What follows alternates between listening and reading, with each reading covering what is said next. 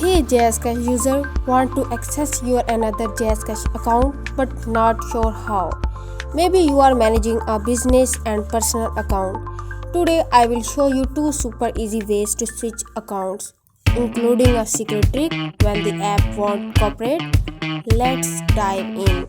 First, open your jazzcash app and tap the menu icon or my account.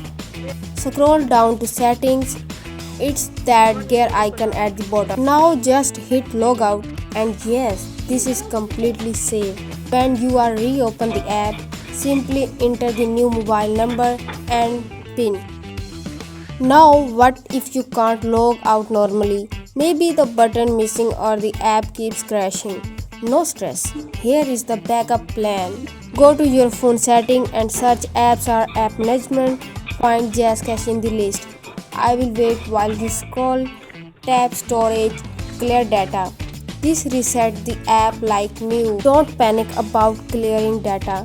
This won't delete your money or account. It just removes the saved login from your phone. Before you go, never share your PIN with anyone. Jazzcash will never call asking for it. And always double check you are logging into the official Jazzcash app. Boom! Now you are Jazzcash account switching pro.